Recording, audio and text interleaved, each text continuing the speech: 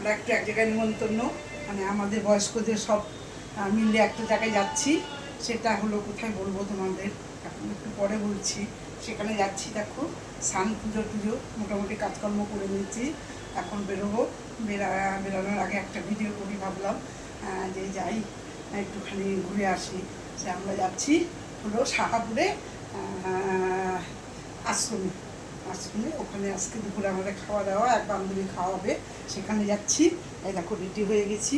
কেমন লাগছে, একটা পাচানপল্লী শাড়ি পরেছি, এটা আমার দোকানেরই শাড়ি।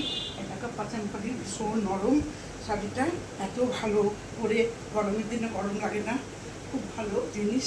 তোমাদের যদি লাগে, কারো পছন্দ হয় শাড়িটা, তাহলে এসে আমার দোকান থেকে নিতে পারো। এই দেখো কেমন লাগছে এটা। এটার সঙ্গে এটা ব্লাউজ নয়, ব্লাউজটা বানাতে দিয়েছি যদিও বা, ব্লাউজটা এখনও দিয়ে যায়নি। অন্য একটা ব্লাউজের সঙ্গে পরেছি। এই শাড়িটাও খুব সুন্দর, এটা আমার বিয়ান দিয়েছে।